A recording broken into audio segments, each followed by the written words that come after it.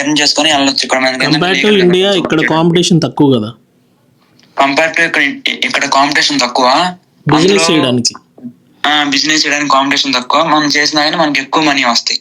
అక్కడ ఇండియాలో మనం చాలా కష్టపడాలి బిజినెస్ చేయాలా, అది క్లిక్ అవ్వాలంటే.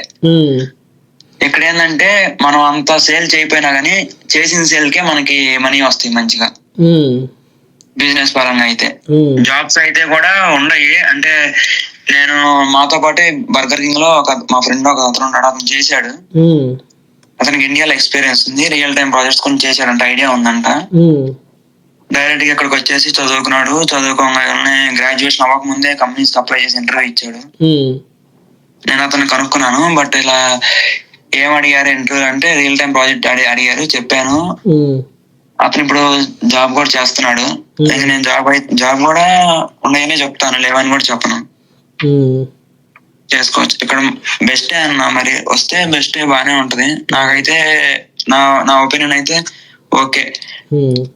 బట్ ఏంటంటే వచ్చే ముందే ఒక ప్లాన్ అన్ని చూసుకొని రావాలా. ఎందుకంటే రేపు మనీ ఎక్కువ పెట్టేసి ఒకవేళ కొంతమంది అందరూ ఫైనాన్షియల్ స్టేటస్ ఒకటి ఉండదు కదా. అవునవును, నిజం అదైతే. కొంతమంది ఫైనాన్షియల్ స్టేటస్ బాగుందనుకో ఓకే, కొంతమంది లేదనుకో ముందే ప్లాన్ చేసుకోవాలా.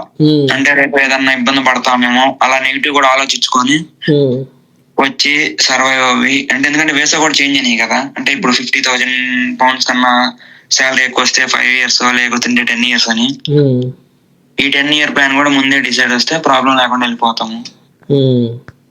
లేకుంటే అన్న ఇబ్బంది పడి మళ్ళీ ఇండియానే ఎలా వస్తే పరిస్థితి ఉంటుంది అన్న. అంటే నీ సజెషన్ రమ్మనా వద్దనా రాకువా? అదే చెప్పా కదన్నా, అంటే ముందే ప్లాన్ చేసుకొని అంతా ఓకే అంటే